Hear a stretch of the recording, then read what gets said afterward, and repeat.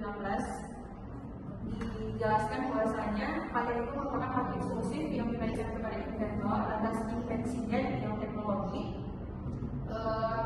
untuk jangka waktu tertentu untuk melaksanakan studi invensi tersebut atau memberikan persetujuan kepada pihak lain untuk melaksanakannya.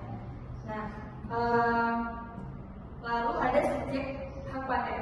Nah, subjek hak paten itu adalah pihak-pihak yang secara sah berhak atas invensi atau penemuan tersebut. Sudah nanti mau bukan ke mau apa? Kita menjelaskan ini. Oh itu mana tuh? Bagus. Iya.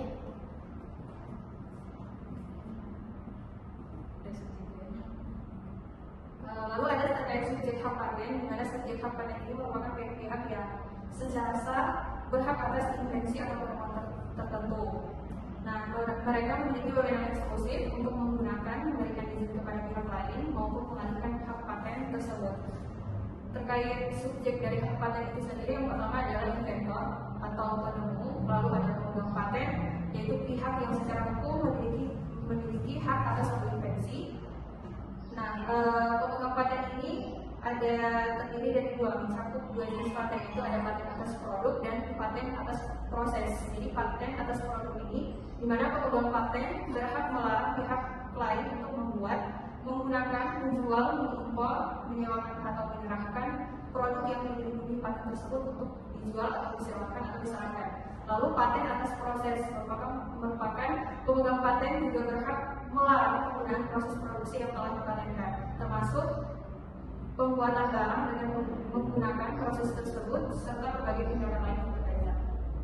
Nah, namun terdapat pengecualian terhadap hak eksklusif ini, di mana penggunaan paten ini diperbolehkan tanpa izin dari pemegang paten apabila dilakukan untuk tujuan penelitian ataupun analisis, selama tidak menimbulkan kerugian terhadap kepentingan wajar dari pemegang paten tersebut.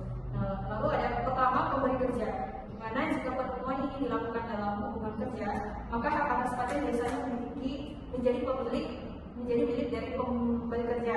Misalnya seorang peneliti menciptakan teknologi baru saat bekerja di sebuah perusahaan, maka patennya akan dimiliki oleh perusahaan tersebut. Lalu pemerintah, jadi dalam hal invensi yang dibuat oleh pegawai negeri atau peneliti di lembaga pemerintah, maka hak atas paten dapat menjadi milik negara atau instansi tempat penemuan dihasilkan. Lalu atas sebab-sebab yang diperbolehkan oleh peraturan perundang-undangan berlaku. Selanjutnya akan dibahas oleh. Baik, terima kasih atas kesempatan yang diberikan.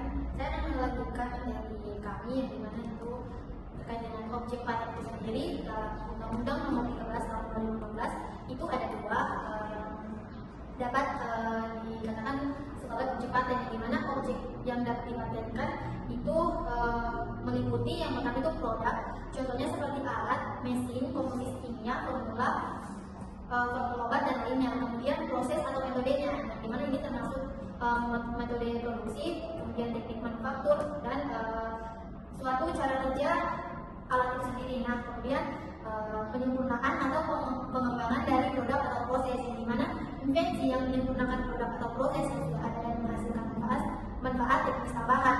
Nah, untuk mendapatkan paten, invensi ini harus memenuhi 3 syarat, yang dimana dalam pasal 5 itu harus memiliki langkah inventif atau inventive step dan dapat diterapkan dalam industri atau industrial applicability. Kemudian yang kedua itu objek yang tidak dapat dipatenkan, di mana ini menurut pasal 9 yaitu poin pertama penemuan yang bertentangan dengan hukum, moralitas atau keterlibatan umum. Kemudian metode dan sistem bisnis serta teori ilmiah dan metode matematika. Nah, kemudian program komputer tanpa kaitan teknis khusus, kemudian penemuan tentang makhluk hidup yaitu dengan pengecualian mikroorganisme dan proses mikrobiologis. Kemudian yang terakhir itu proses diagnostik terapi dan bedah untuk manusia atau hewan. Nah, itulah objek-objek dari paten itu sendiri. Nah, untuk terkait sistem perlindungan hak paten akan dijelaskan oleh teman saya. Baik, sistem perlindungan hak paten. Paten sistem perlindungan dan pendaftaran hak paten adalah mekanisme hukum yang dirancang untuk melindungi hak eksklusif atas penemuan di bidang teknologi yang memungkinkan pemegang paten untuk mengontrol penggunaan penemuan tersebut. Perlindungan terhadap hak paten di Indonesia bersifat eksklusif, artinya hak pemegang paten yang memiliki hak untuk menggunakan atau memberi izin kepada pihak lain dalam menggunakan invensi yang dipatenkan. Hak eksklusif ini mencakup hak untuk melarang pihak lain membuat, invensi tanpa izin dari pemegang paten. Undang-Undang Nomor 13 Tahun 2016 Pasal 19. Menurut Simanjuntak dan Simamora, perlindungan hukum yang diberikan oleh sistem paten berperan penting dalam menjaga kepentingan inventor dari potensi pelanggaran. Perlindungan tersebut meliputi yang pertama ada hak eksklusif. Pemegang paten memiliki hak mutlak untuk menggunakan atau melarang penggunaan invensinya oleh lain. Yang kedua, jangka waktu perlindungan. Untuk paten biasa, masa perlindungan berlangsung selama 20 tahun sejak kapal penerimaan, sedangkan untuk paten sederhana selama 10 tahun. Yang ketiga, ada gugatan pelanggaran. Pemegang paten dapat mengajukan gugatan secara perdata apabila terdapat pelanggaran atas hak paten. Terdapat pengecualian dalam penggunaan paten untuk kepentingan komersial seperti pendidikan, penelitian, dan analisis sepanjang tidak merugikan kepentingan yang wajar dari pemegang paten. Meskipun perlindungan hukum telah tersedia, penerapannya di lapangan masih menghadapi berbagai tantangan, seperti lemahnya penegakan hukum dan rendahnya kesadaran masyarakat terhadap pentingnya perlindungan HKI. Tercatat bahwa banyak pelaku usaha, terutama UMKM, baru menyadari pentingnya perlindungan paten dan cenderung mengabaikan pendaftaran karena dianggap rumit dan mahal. Perlindungan hukum atas paten diperoleh melalui sistem pendaftaran, yaitu mengacu pada pasal 24 Undang-Undang Nomor 13 Tahun 2016 tentang paten, yang dalam hal ini diatur sistem konstitutif atau juga yang dikenal dengan sebutan file system. Menurut sistem konstitutif, hak atas paten diberikan atas dasar pendaftaran, yaitu proses pendaftaran dengan melalui tahapan permohonan oleh inventor dan pemeriksaan oleh Direktorat Jenderal Kekayaan Intelektual. Dalam sistem ini, titik beratnya adalah pada proses pendaftaran melalui tahapan permohonan dan pemeriksaan. Sistem ini dikenal pula dengan sebutan sistem ujian examination system. Pengajuan permohonan pendaftaran paten harus memenuhi persyaratan-persyaratan yang telah ditentukan, yaitu persyaratan formal atau administratif dan substantif. Selanjutnya, materi tersebut akan dibawakan oleh teman saya. Baik, yang terakhir adalah lisensi dari hak paten. Menurut pasal 79 Undang-Undang Nomor 13 Tahun 2016 tentang paten, lisensi adalah izin yang diberikan oleh pemegang paten kepada pihak lain berdasarkan perjanjian tertulis untuk melaksanakan paten. Dalam konteks ini melaksanakan mencakup pembuatan, penggunaan, penjualan, pengeluaran, atau distribusi produk yang dilindungi oleh paten. Lisensi dari paten dapat berbentuk eksklusif maupun non eksklusif, yaitu lisensi eksklusif memberikan hak tunggal kepada pihak tertentu untuk menggunakan paten sehingga pemegang paten tidak dapat memberikan lisensi kepada pihak lain. Yang kedua adalah lisensi non eksklusif, yaitu memungkinkan pemegang paten untuk memberikan hak yang sama kepada lebih dari satu pihak. Lisensi juga dapat bersifat sukarela atas kesepakatan pemilik paten dan pengguna maupun lisensi. Lisensi dari hak paten memberikan manfaat ganda baik bagi pemilik paten maupun penerima lisensi. Pemegang paten dapat memperoleh royalti atau keuntungan finansial dari penggunaan lisensinya oleh pihak lain tanpa harus terlibat langsung dalam produksi atau distribusi. Sementara itu, pihak penerima lisensi mendapatkan hak legal untuk memanfaatkan teknologi tersebut secara sah dan aman.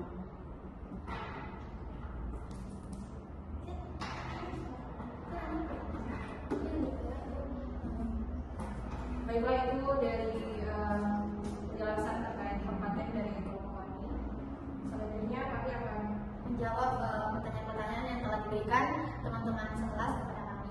Baik, saya akan menjawab pertanyaan yang pertama, itu jelaskan dengan contoh apakah hak paten adalah hak yang tidak berwujud.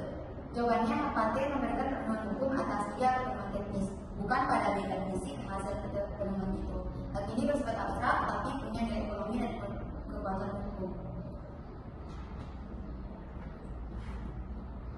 Contoh kasusnya itu seorang insinyur menciptakan mesin hemat energi yang baru dan memadamkan kembangnya tersebut. Nah, yang dipatenkan bukan mesin fisik itu sendiri, tetapi prinsip kerja, sistem atau metode teknologinya yang baru di orisinal. Yang kedua itu mesin fisik dapat disentuh dan dilihat berwujud, tapi hak paten atas mesin tersebut adalah hak tidak berwujud karena hak berupa hak hukum atas ide atau invensi yang dilindungi. Pertanyaan selanjutnya yaitu apa perbedaan antara paten biasa dan paten sederhana dalam hal perlindungan dan jangka waktu? Jawabannya, paten biasa diberikan untuk penemuan yang rumit dan membutuhkan inovasi teknis yang tinggi, contohnya mesin industri atau pemula obat. Paten ini berlaku selama 20 tahun. Selanjutnya, paten sederhana diberikan